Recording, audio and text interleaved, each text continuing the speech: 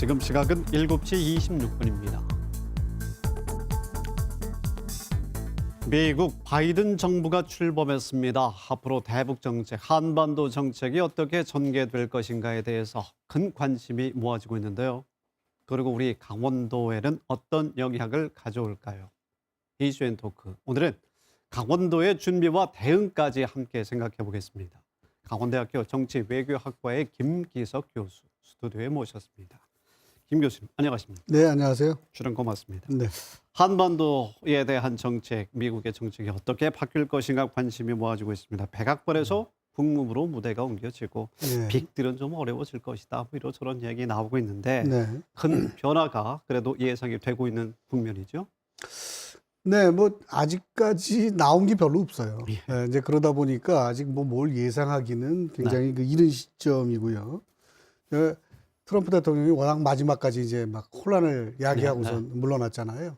그러다 보니까 대선이 끝나고 난 다음부터 집권까지 준비해야 될 부분들이 많이 있는데 그걸 거의 못한 상태예요. 그러다 보니 그래서 향후로도 조금 시간이 더 걸리지 않나 이런 우려들을 좀 하고 있고요. 그동안에 이제 몇 개 일부 인사들에서 아주 원칙적인 얘기들이 나왔죠. 예컨대 북한핵이 국제 평화에 심각한 위협이다. 뭐 이런 얘기. 그다음에 한미 동맹이 아주 중요하다. 이런 얘기. 또 대북 정책을 전면적으로 리뷰해 보겠다. 뭐 이런 얘기들이 나왔어요. 매스컴에서 이런저런 의미를 달아서 해석을 했는데 제가 보기엔 그냥 아직 정리된 게 없으니까 원칙적인 얘기들을 한 이제 그런 정도입니다. 여기까지는. 어떤 정권이 바뀌면서 조정기, 적응기가 필요할 텐데 그럼 그 기간을 어느 정도 잡아야겠습니까? 글쎄요. 대개는 이제 정권이 들어오고 난 다음에 미국도 이제 주요한 그 말하자면 정책 결정자들이 인사청문회를 통과해서 진영이 갖춰지는데 보통 한 5개월에서 6개월이 걸리는 것으로 보통 그렇게 얘기가 되는데 이번에는 이제 이 트럼프 대통령의 그런 문제가 있었기 때문에 공화당에서도 초당적으로 인사청문회 문제는 좀 빨리빨리 협조를 하자 이렇게 됐거든요. 그러니까 지금 뭐 국무장관 같은 경우 벌써 이제 청문회 끝났고요. 이제 그래서 과거에 비해서 조금 짧아질 수 있을 것 같긴 한데 그러나 이제 준비가 덜 된 건 분명하죠. 그렇군요. 네, 그런 상황입니다. 현재까지 나오는 것은 원칙적인 언급의 상황이다. 라는 말씀해 주셨고 그럼에도 불구하고 클린턴 3기다, 오바마 2기다, 오바마 인사들이 뭐 돌아오고 있다 이런 이야기가 나오고 있습니다. 여기를 통해 또 미디어의 전망도 나오고 있는데 이에 대해서는 어떻게 교수님 보십니까? 보통 우리가 이제 지금 이런 상태에서 해볼 수 있는 건 두 가지예요. 하나는 이제 과거에 어떤 정책을 했었는지, 또 이전 정부는 어떤 정책인지 이런 거와 비교해서 뭐가 달라질지를 보는 것이고요. 다른 하나는 이제 그거를 담당할 인물들이 어떤 사람들이 오는지 지금 이제 금방 언급해 주셨듯이 이제 두 가지를 기준으로 생각을 해보는데 뭐 조금 간단히 좀 살펴보면 과거 정책과 관련해서 두 개의 이슈가 있다고 저는 봐요. 하나는 뭐냐 하면 트럼프 행정부에서 이런저런 일들을 했지 않습니까? 특히 제일 중요한 거는 이제 사상 최초의 두 차례에 걸친 정상회담을 했습니다. 물론 이제 문제가 뭐냐면 두 번째 정상회담이 실패로 끝났잖아요. 그러게 말입니다. 그러니까 이제 싱가포르 정상회담에서 싱가포르 선언을 했고 거기서 이제 김정은 위원장하고 트럼프 대통령하고 북한의 비핵화에 합의한 것으로 이제 이렇게 선언을 했는데 이게 어떻게 될 거냐? 이거를 인정하고 갈 거냐? 아니면 처음부터 다시냐? 하는 문제가 있어요. 우리가 과거에 그 민주당 클린턴 행정부 시절에 말기에 매들린 올브라이트 그 당시 국무장관이 평양도 방문하고 아주 잘 나가다가 부시 행정부가 들어와서는 북한을 악의 축으로 규정을 해버리고서 완전히 그냥 처음부터 다시 해버렸거든요. 그래서 이제 그걸 인정하고 갈 것이냐 하는 문제가 하나 있고 또 하나는 이제 이전에 오바마 행정부에서 했던 정책이 있어요. 이게 중요한 이유는 뭐냐면 그때 당시에 바이든 대통령이 부통령이었거든요. 오바마 대통령은 외교 정책엔 전문가가 아니었습니다. 말하자면 바이든 부통령의 영향력이 컸다는 얘기죠. 그때 미국에서 했던 정책은 소위 전략적 인내라는 것이었습니다. Strategic Patience. 그건 뭐냐면 북한이 핵을 포기하겠다는 구체적인 계획을 들고 나올 때까지 아무것도 안 하겠다는 뜻이었어요. 결과가 뭐였느냐? 북한이 핵무기 개발해가지고 핵 보유국처럼 돼버렸죠. 역효과가 났었죠. 그렇습니다. 그래서 이제 실패한 것인데 이게 어떻게 될 거냐 하는 문제입니다.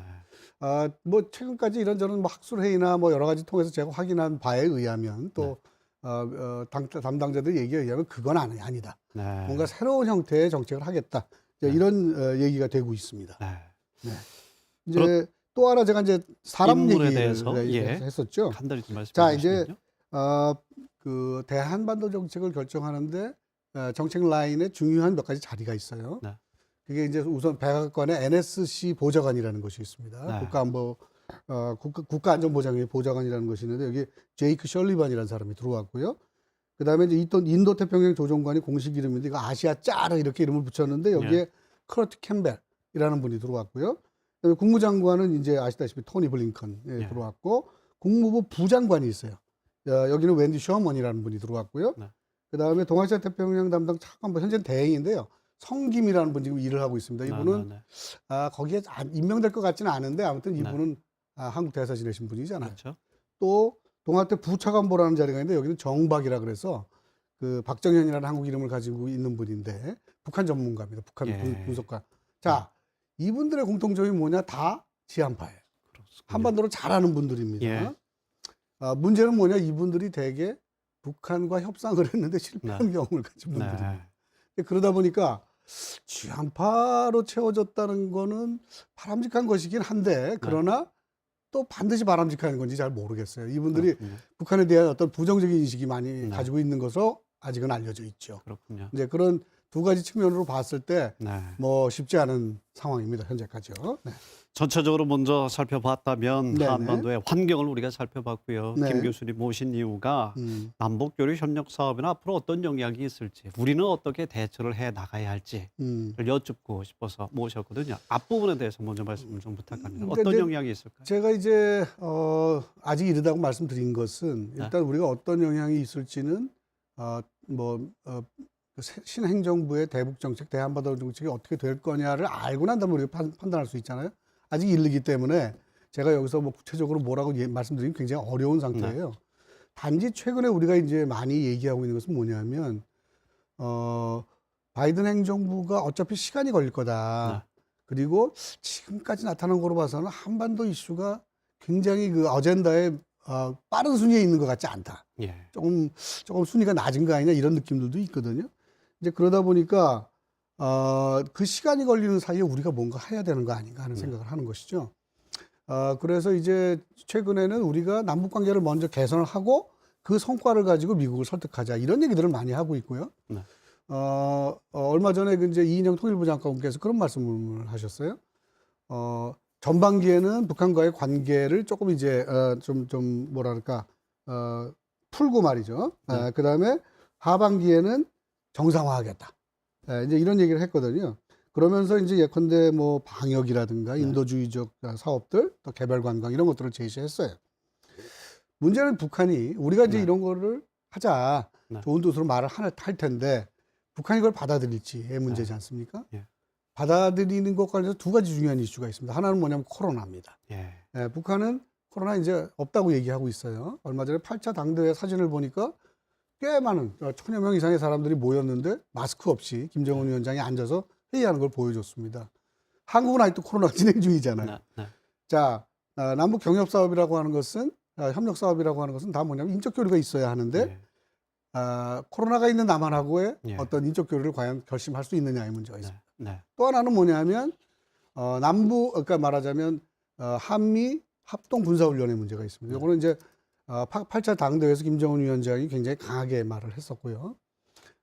북한에 대한 어떤 적대시 정책을 없애는 것의 일환으로 이걸 이제 없애야 된다고 그랬는데 과연 이걸 우리가 미국에서는 이걸 필요하다는 지금 인식이 굉장히 강해요. 그 둘 사이를 어떻게 조정할 것이냐 하는 문제가 있거든요. 그럼 이 상황에서 우리 강원도는 어떻게 대처해 나가야겠습니까? 일단은 강원도에 살 수 있는 건 보통 이런 겁니다. 아주 구체적인 사업을 북한에 제시해서 이제 뭐 교류도 하고 협력도 하고 하는 것이었잖아요.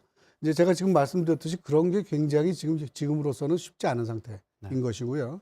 상반기 동안에 과연 그게 이루어질 수 있는지 사실 저 개인적으로는 굉장히 회의적입니다. 그런 측면에서 굉장히 그 어려운 상황이다 이렇게 말씀드릴 수 있겠죠. 2024년도에 동계 청소년 국제 올림픽을 네, 네. 지금 준비를 하고 있는데 음, 공동 개최한다면 큰 또 어떤 전환점이 될 수가 있겠죠. 물론이죠. 그건 아직 네. 시간도 좀 있고요. 네. 그다음에 북미 관계가 좀 개선이 된다 그러면 빠른 시간 안에 또 같이 개최하고 이런 아이디어를 내볼 수 있을 겁니다. 네. 지난 시간에 여기에서 말씀을 해주셨을 때도 2018년도 트럼프 대통령 때 만들어졌던 한미 워킹 그룹 네. 이번에는 이제 정권도 바뀌고 했기 때문에 네. 어떤 역할의 변화가 좀 있을까요? 글쎄 뭐 그것도 이제 뭐 어떤 정책을 네. 미국에서 들고 나오냐는 문제인데요.